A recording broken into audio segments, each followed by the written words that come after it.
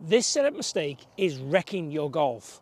Please, please, please avoid this at all costs. So I see so many golfers, when they set up to the golf ball, do it incorrectly.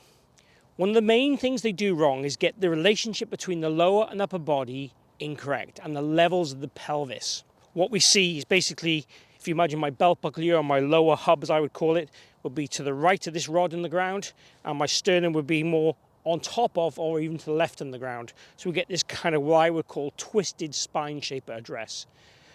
What that creates is basically the right hip high, the right rib cage low in the attempt to get the head kind of level or behind the golf ball, and it creates that what we would call curve migrated scoliosis, if you like, which basically means it's very difficult to make rotation or shift pressure correctly in the backswing. What tends to happen then is, from this setup, is we tend to get a lot of sway off the golf ball, or we get lack of rotation, or even start of what we would see as left bend. Now, when we get lack of rotation or too much left bend in the golf swing, what that tends to lead to then is a golf swing that's over the top and gives us big slices, big pulls, fades, and really poor contacts. It can present the shank or the heel of the club to the ball, causing a shank. And also, when we start down this way, generally, if we've got some talent or skill, you'll tend to lean back and fish for the golf ball, again causing fats and thin shots. So this setup mistake in terms of your levels of your body causes so many issues. There's one more setup mistake I want to talk about, then we'll talk about the fixes, the routines you can get into to make sure you address the ball perfectly every time to allow your swing to develop in the correct way.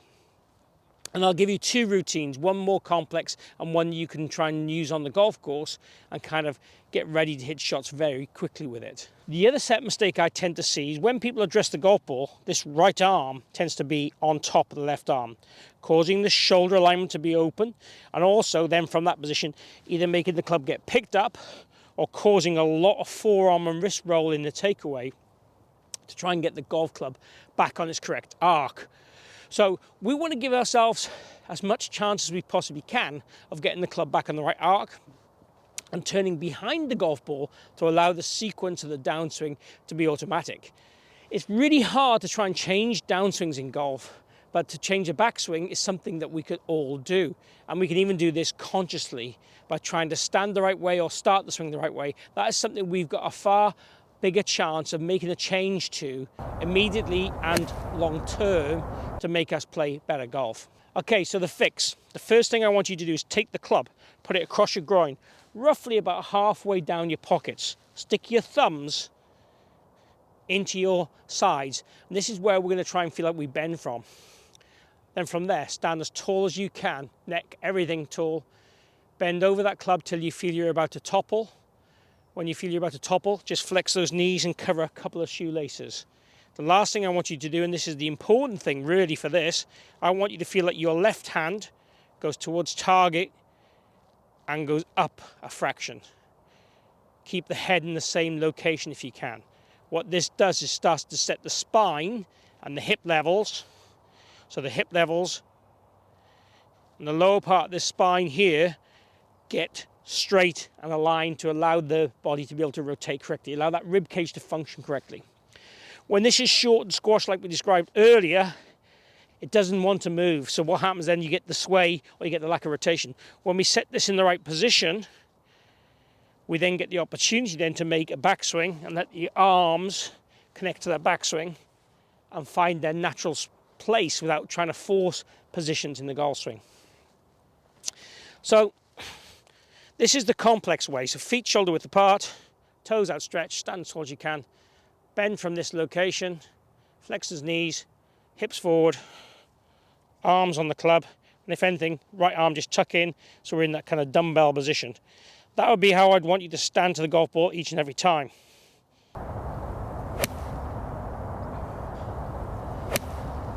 That's the best way of allowing your golf swing to have a fighting chance of moving the correct way. Now for the golf course, that's going to be far too much to do. So what I'd suggest you do is on the practice area, you do that kind of once every 10 balls for a few weeks till you get used to how it feels, then adapt a more natural approach on the range. But on the golf course, a natural approach is what we're going to look to do straight away. So what I want you to do is basically take a rough stance, stand tall, club parallel to the ground, bend and bow from the hips, flex the knees, bump the hips. And then from that position, if we can also just tuck the arm in the touch, but from that position we're then going to swing. And we're going to try and get in that bend and bow routine and hit the ball fairly quickly without dwelling on it while we play in the golf course, to allow us to have the best chance of not making the set mistake that kills your golf, that kills distance, kills accuracy, and really kills contact as well. So make sure you try this straight away for instant results.